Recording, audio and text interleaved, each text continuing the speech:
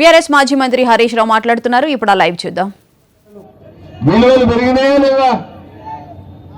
కాంగ్రెస్ వచ్చినాక ఏమైంది?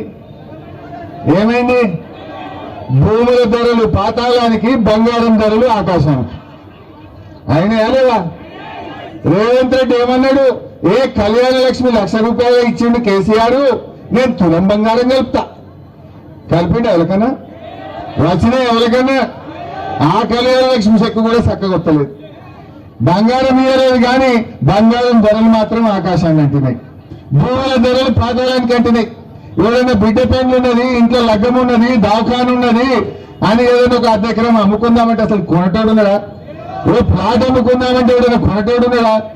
ఇలా గజ్వేల్లో 100-150 షటర్లు కిరాయికి పడ్డాయి. టూలెట్ బోర్డులు కనబడుతున్నాయి. గిరాయికి అయితే లేదు. గజ్వేల్ని ఆగం చేసిండు. ఏం గింత పని జరగలే. ఇవాళ మీ గల్లీలలో ఎక్కడన్నా మోరీ కనబడుతుందా? మంచిగా అండర్ గ్రౌండ్ డ్రైనేజీ కట్టి చక్కగా మోరీలు లేకుండా శుభ్రంగా మన సిద్దిపేటను చేయలేదా కేసీఆర్ సార్? మన గజ్వేల్ని చేయలేదా మన కేసీఆర్ సార్? మన మెదక్ జిల్లాను చేయలేదా మన కేసీఆర్ సార్? ఆలోచన చేయండి. మొత్తం తెలంగాణను అద్భుతంగా కేసీఆర్ గారు అభివృద్ధి చేసిండ్రు. మాట అంటే మాట మీద నిలబెట్టాడు. పెన్షన్ అయినా, కళ్యాణ లక్ష్మి అయినా, కేసీఆర్ కిట్ అయినా, మరి పట్టణాల అభివృద్ధి అయినా, మంచి నీళ్ళైనా, పిల్లల చదువులైనా, గురుకుల పాఠశాలలైనా, ఎస్సీ, ఎస్టీ, బీసీ, మైనారిటీ పిల్లల చదువుల కోసం 1000 గురుకులాలు పెట్టిండు మన కేసీఆర్. రేవంత్ రెడ్డి వచ్చినాక ఏం చేసిండమ్మా? ఉన్న బతుకమ్మ చీరలు బంద్ అయినాయి, గొర్రె పిల్లల పథకం బంద్ అయింది, దళిత బంధు పథకం బంద్ అయిపోయింది, కేసీఆర్ కిట్టు బంద్ అయిపోయింది, న్యూట్రిషన్ కిట్టు బంద్ అయిపోయింది, పిల్లల ఫీజు రియంబర్స్మెంట్ పథకము రద్దయిపోయింది. అసలు చేసిందేం లేదు, ఉన్నాయి బంద్ పెట్టుడే. కేసీఆర్ కట్టిన బిల్డింగ్లకు రిబ్బన్లు కత్తిరించుడు, లేదంటే కేసీఆర్ పథకాలకు కత్తెర పెట్టుడు. రైతు బంధు పడ్డదా? ఇప్పుడు యాసంగి ఫిబ్రవరి వచ్చింది, పడ్డదా? ఎరువు బస్తాలు దొరుకుతున్నాయా? కేసీఆర్ ఉండగా ఇదే గజ్వేల్లో ఎక్కడన్నా తెలంగాణలో ఎరువు బస్తాలు కావాలంటే ఆటోని చెప్పి 4 సంచులు వేసుకురారా అంటే ఇంటికాడ వేసిపో. ఇప్పుడేంది పరిస్థితి? దొరుకుతున్నాయా? మీరే ఆలోచన చేయండి. అందుకే దయచేసి మన గజ్వేల్ గౌరవం పెరగాలనా తగ్గాలనా? గజ్వేల్ ప్రతిష్ట పెరగాలనా తగ్గాలనా? గజ్వేల్ అడ్డా, గజ్వేల్ అడ్డా, గజ్వేల్ అడ్డా. మాటల్లో కాదు, 11 తారీఖు నాడు ఓటర్లు కనబడాలి నాకు. ఎందుకంటే ఇంకా 2 ఏళ్ల తర్వాత ఉంటాడా ఈ రేవంత్ రెడ్డి? మళ్ళీ ఎవరు వస్తారు ముఖ్యమంత్రిగా? అప్పుడు మన గజ్వేల్ కేసీఆర్ ఉంటారా ఉండరా? మరి ఈ పిల్లలు మీ దయ ఉంటే 5 ఏళ్ల కోసం గెలుస్తారు, 5 ఏళ్ల కోసం గెలుస్తారు. 2 ఏళ్ల తర్వాత మళ్ళీ కేసీఆర్ వచ్చినాక ఉరికాయా మన పనులు? ఉరుకుతాయా? వీళ్ళ ముఖం ప్రజ్ఞాపూర్ లా, ఈ గజ్వేల్ బస్టాండ్ బారణ పడైంది. ఇంకా చారణ పన్నెండు చేసింది 2.5 ఏళ్ళ అట్లనే పడబెట్టారు. ఇంకా వీళ్ళట వచ్చి గల్లీలలో ఓటు అడుగుతారట. దయచేసి ఆలోచన చేయండి. ఇక నడిమిట్లో బీజేపీ మోపైండు.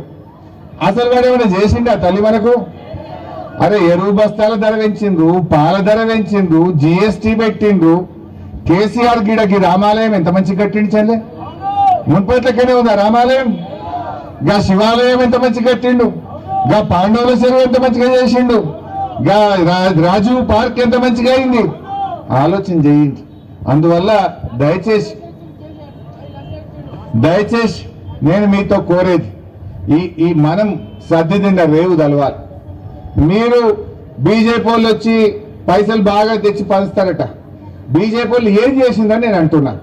గజ్వేల్లో బీజేపీ నుంచి ఒక రోడ్ అయిందా? ఓ మార్కెట్ కట్టిండ్రా? ఒక మోరీ కట్టిండ్రా? మంచినీళ్ళు తెచ్చిండ్రా? కరెంట్ ఏమన్నా ఇచ్చిండ్రా? ఏమిచ్చిండ్రు? ఏమి చేయని బీజేపీకి ఎందుకు ఓటేయాలి? మా అంటే గజ్వేల్లో 1, 2 గెలుస్తామంటుండ్రు. ఆ 1, 2తో వాళ్ళు చైర్మన్ అయ్యేది ఉన్నదా? ఆ 1, 2తో వాళ్ళు ఏమన్నా ముంగట పడేది ఉన్నదా? మరి మనం ఎందుకు బీజేపీకి వేద్దాం? బీజేపీకి ఆ పువ్వు గుర్తు ఓటేసుడంటే మోరీలేసుడే. నిన్న వచ్చిన బీజేపీ ఎంపీ వాళ్ళ నిజం ఎంత ఉంటుందంటే, మిషన్ కాకతీయ ఖర్చు అయింది 5,000 అయితే వాడు 50,000 కోట్లు తిన్నారు అంటాడు.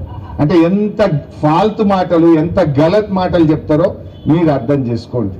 మీ కళ్ళ ముందు నేనేందో చెప్తున్నాను కాదు, పొద్దున్న లేస్తే మీరు నల్ల తిప్పుతారు, ఆ బిందెల పడే నీళ్లలో కేసీఆర్ కారు కనబడదా?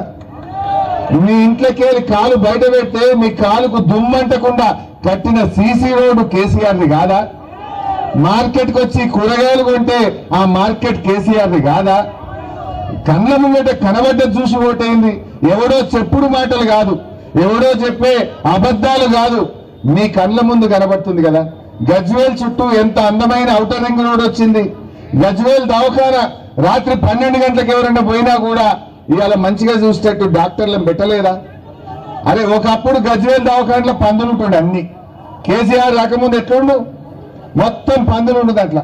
ఇప్పుడు దాని నిండా డాక్టర్లు ఉన్నారు. 100 మంది డాక్టర్లు పెట్టిండు, ఒక్కరిని కాదు ఇద్దరిని కాదు కేసీఆర్ గారు. దవాఖాన సరిపోతలేదంటే యువతల దిక్కు గెస్ట్ హౌస్ తీసేసి మళ్ళీ గంట పెద్ద దవాఖాన కట్టిండు. 2 దవాఖానలు కట్టలేదా?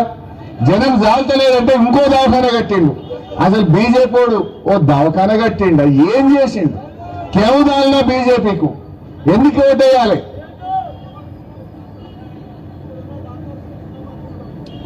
మా తమ్ముడు చెప్తుండు, కాంగ్రెస్ వచ్చినాకనట గజ్వేల్ దవాఖానలకి 5-10 మందిని హుస్నాబాద్ పట్టుకపోయిందట. 5-10 మంది డాక్టర్లు మనలో అటు పట్టుకపోయిందట కాంగ్రెస్ వాళ్ళు. మరి మన